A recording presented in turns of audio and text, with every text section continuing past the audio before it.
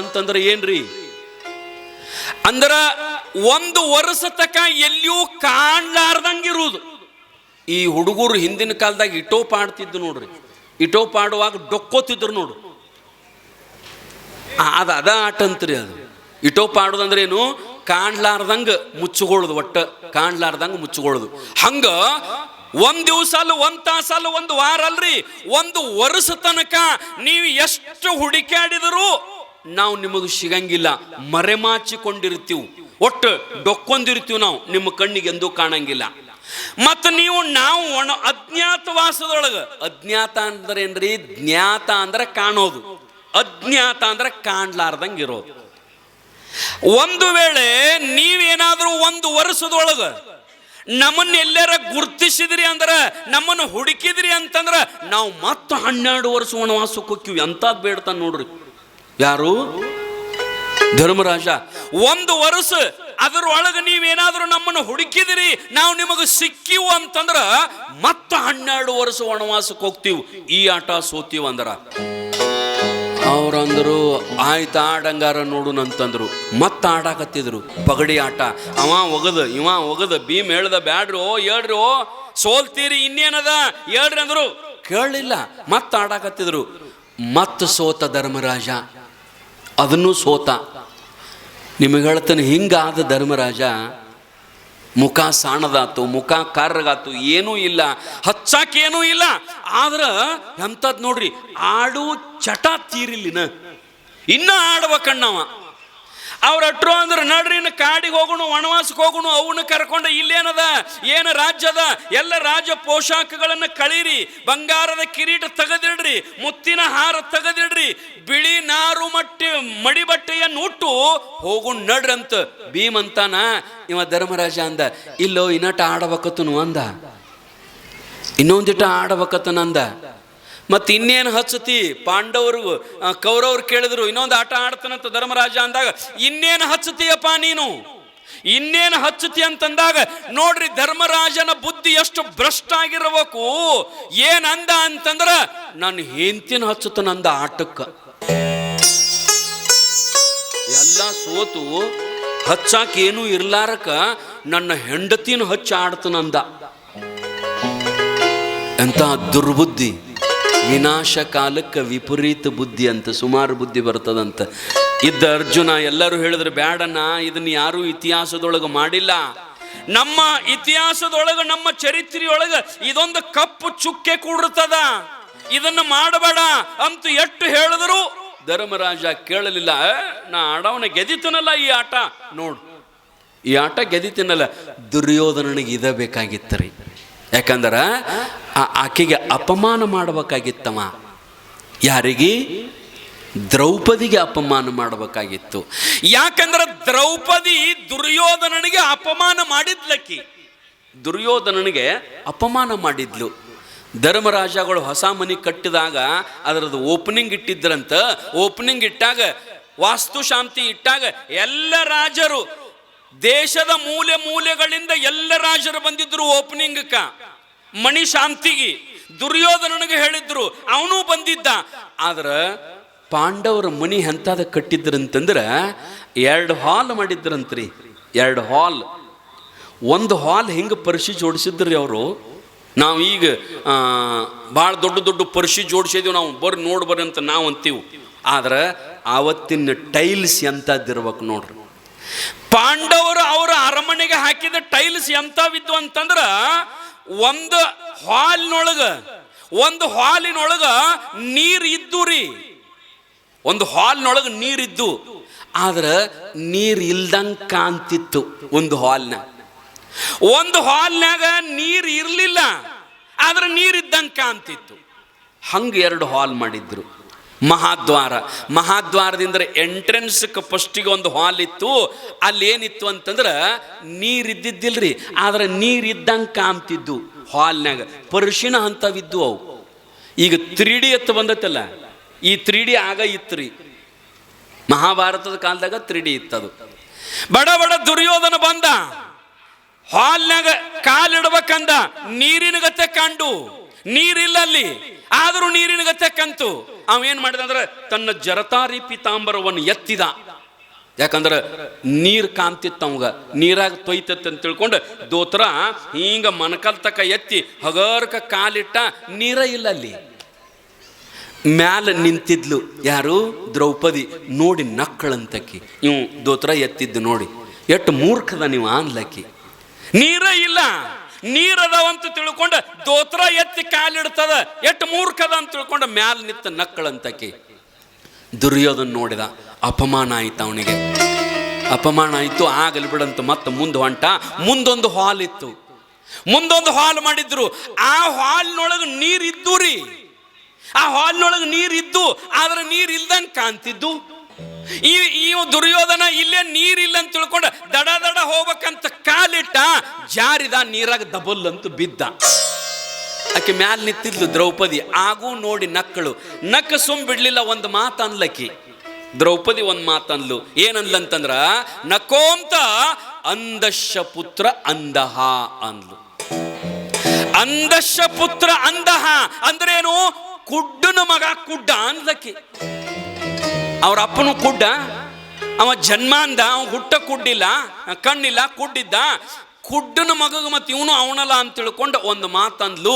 ಏನು ಕೆಳಗೆ ಬಿದ್ದಿದ್ದಲ್ಲ, ಇಷ್ಟ ಅಪಮಾನ ಆಯಿತು. ಆಗ ಆಕೆ ಕಡೆ ಕೈ ಮಾಡಿ ಅಂದ.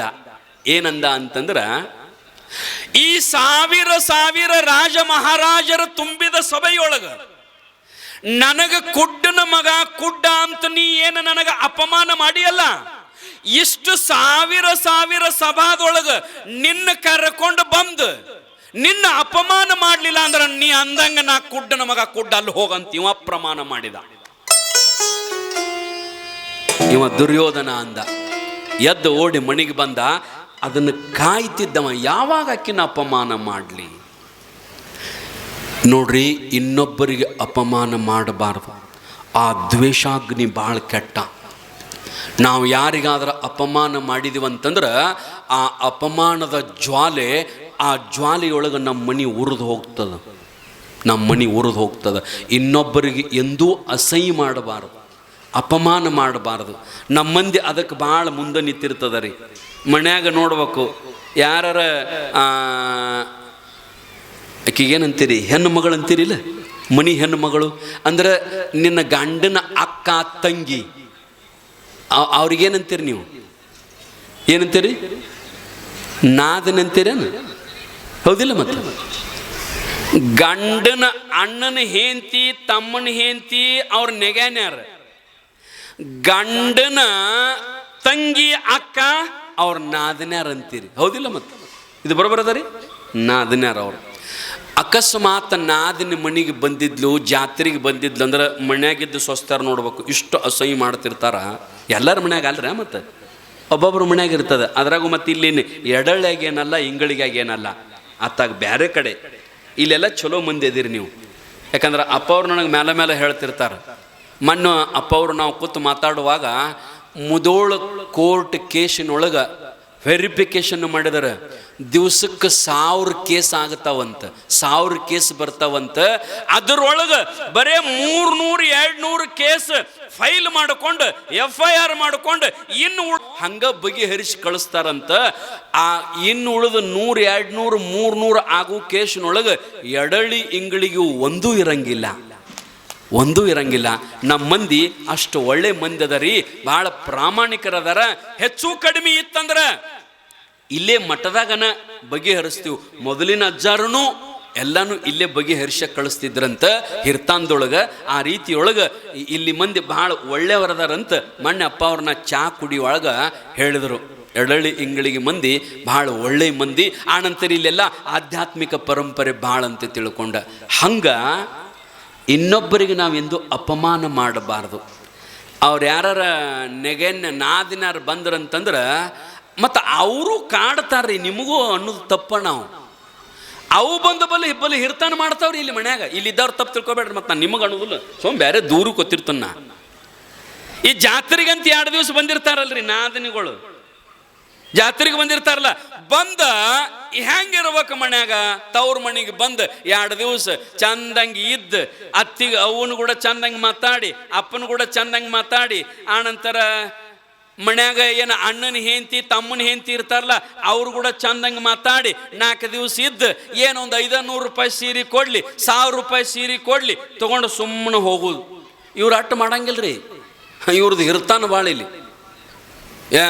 ಅಣ್ಣನ ಹೆಂಡತಿ ಮ್ಯಾಗ ತಮ್ಮನ ಹೆಂಡತಿ ಮ್ಯಾಗ ನೀವು ಹಂಗೆ ಮಾಡ್ತೀರಿ, ನೀವು ಹಿಂಗೆ ಮಾಡ್ತೀರಿ, ಆನಂತರ ನಮ್ಮ ಮೌಗೆ ಚಂದಂಗೆ ಮಾಡಿ ಕೊಡಂಗಿಲ್ಲ ಅಂತ ಎಲ್ಲ ನೀವೇ ಮಾಡ್ಕೊಂಡು ತಿಂತೀರಿ ಅಂತ, ಮತ್ತೆ ಎಲ್ಲ ಆಕಿನ ಮಾಡ್ಕೊಂಡು ತಿಂತಿದ್ಲಂದ್ರೆ ಈಗ ಉಳಿತಿದ್ಲಿ ಹಂಗೆ ನಿಮ್ಮ ಮೌ ಇಲ್ಲಿ ಏನು ಗಾಳಿ ಹವಾ ತಿಂದು ಬದುಕ್ತಾಳೇನು? ಮಾಡಿ ಕೊಟ್ಟಿರ್ತಾರ, ವ್ಯವಸ್ಥೆ ಮಾಡ್ತಿರ್ತಾರ, ಮಾಡುವಾಗ ಒಂದಿಟ್ಟು ಹೆಚ್ಚು ಕಮ್ಮನೂ ಆಗತ್ತಿರ್ತದ. ಅಟ್ಟಿದ್ರೆ ನಿನ್ನ ಗಂಡನ ಮನೆಗೆ ಕರ್ಕೊಂಡು ಹೋಗಲ್ಲ ನೋಡು. ಹಂಗ್ರಿ ಸ್ವಾಮಿ, ಮತ್ತು ಹಂಗಾರೆ ಸುಮ್ಕೊಂಡ್ರು. ಅವ್ರು ಇದ್ದವರೆಲ್ಲ ಮಾಡ್ತಿರ್ತಾರೆ ಸ್ವಸ್ಥರು, ಬಲ್ ಕಾರವಾರ ಮಾಡವ್ರಿ ಇಲ್ಲಿ ಬಂದು.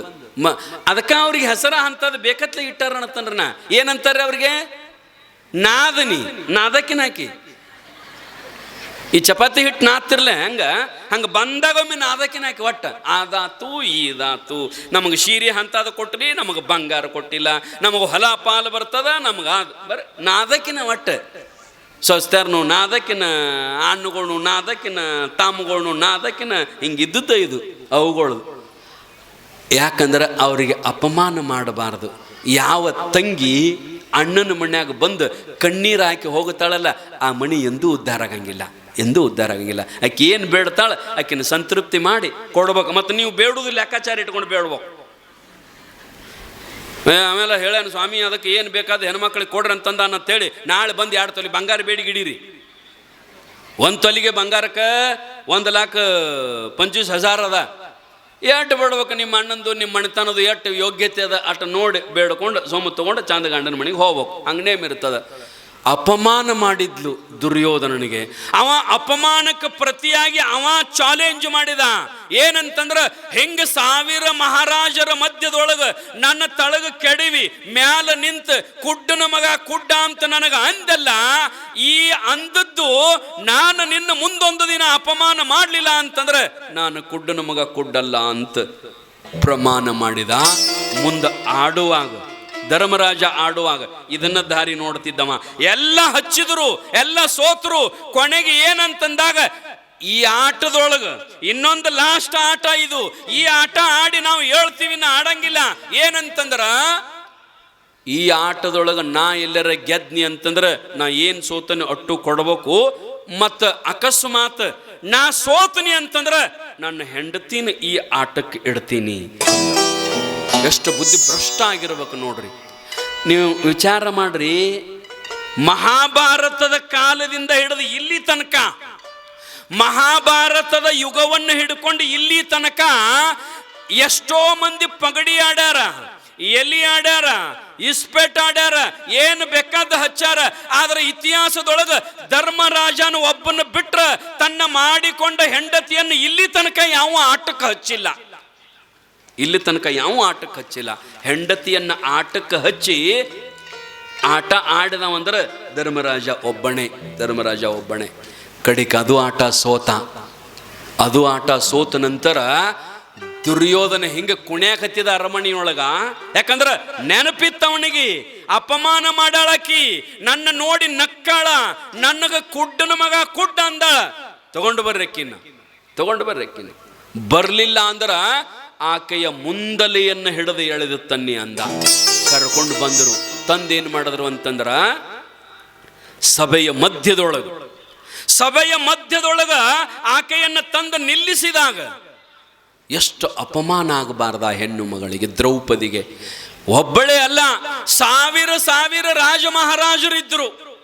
1000 ರಾಜ ಮಹಾರಾಜರು ಇದ್ದು ಸಭೆಯೊಳಗ ಕೃಪಾಚಾರ್ಯ, ದ್ರೋಣಾಚಾರ್ಯ, ಭೀಷ್ಮಾಚಾರ್ಯ, ವಿದುರ ಎಲ್ಲ ಒಳ್ಳೆಯ ಜನನೂ ಇದ್ರು, ಕೆಟ್ಟ ಜನನೂ ಇದ್ರು. ಕೇಳ್ತಾಳ, ಎಲ್ಲರನ್ನೂ ಕೇಳ್ತಾಳ. ಅಲ್ಲಿ 5 ಮಂದಿ ಗಂಡರು ಕುಂತಾರ, 5 ಮಂದಿ ಗಂಡರು.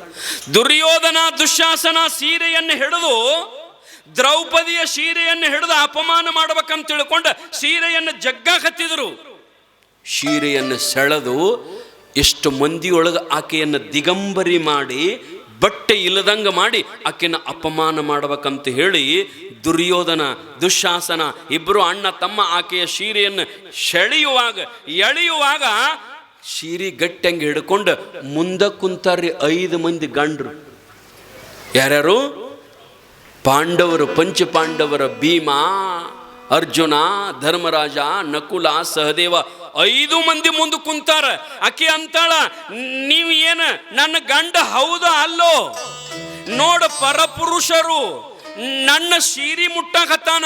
ಜಗತ್ತಿನೊಳಗೆ ಯಾವ ಬಡವ, ಯಾವ ನಿರ್ಗತಿಕ, ಯಾವ ಶಕ್ತಿಹೀನನೂ ಕೂಡ ತನ್ನ ಹೆಂಡತಿಯ ಸೀರೆಯನ್ನು ಮುಟ್ಟುಕೊಡಂಗಿಲ್ಲರೋ, ತನ್ನ ಹೆಂಡತಿಯ ಸೀರೆಯನ್ನು ಮುಟ್ಟುಕೊಡಂಗಿಲ್ಲ. ನೀವು ಎಂತೆಂಥ ಶಕ್ತಿವಂತರು ನನ್ನ ಸೀರೆ ಸೆಳೆಯಕತ್ತಿದ್ರು ಗಪ್ಪ ಕುಂಡಿರ್ತೀರಿ ಅಂದ್ರೆ ನೀವು ಗಂಡಸರರ ಹೌದಾ ಅಲ್ಲೋ ಅನ್ಲಕ್ಕಿ, ನೀವು ಗಂಡ ಮಕ್ಕಳರ ಹೌದೋ ಅಲ್ಲೋ. ಆದ್ರೆ ಸೋತಿದ್ರಾಕೆಯನ್ನು ದುರ್ಯೋಧನಗ ಎಷ್ಟು ಕೇಳಿದ್ರು ಒಬ್ಬರೂ ಬರಲಿಲ್ಲ. 5 ಮಂದಿ ಪಾಂಡವರಿದ್ರು, ಒಬ್ಬರು ಆಕೆ ಸಹಾಯಕ ಬರಲಿಲ್ಲ. ಅಲ್ಲಿರ್ತಕ್ಕಂಥ ರಾಜ ಮಹಾರಾಜರನ್ನು ಕೇಳ್ತಾಳೆ, ಯಾರ ಇದ್ರ ಬರ್ರಿ, ನನ್ನ ಮಾನ ಅಪಮಾನ ಆಗಲಾರದಂಗ ತಡೀರಿ ಅಂತ ಎಲ್ಲರನ್ನು ಕೇಳಿದಳು. ಯಾರೂ ಬರಲಿಲ್ಲ. ಕಡೆಗಲ್ಲಿರ್ತಕ್ಕಂಥ ಭೀಷ್ಮಾಚಾರ್ಯಗೆ, ದ್ರೋಣಾಚಾರ್ಯಗೆ, ಕೃಪಾಚಾರ್ಯ, ವಿದುರನಿಗೆ ಎಲ್ಲರಿಗೂ ಕೇಳ್ತಾಳ ಕೈ ಮುಗಿದ, ಇದು ತಪ್ಪಾಗುತ್ತದ? ಒಬ್ಬ ಅಬಲೆ ಹೆಣ್ಣು ಮಗಳ ಸೀರೆಯನ್ನ ಇಷ್ಟು ಗಂಡು ಮಕ್ಕಳಿದ್ದ ಸಭೆಯೊಳಗ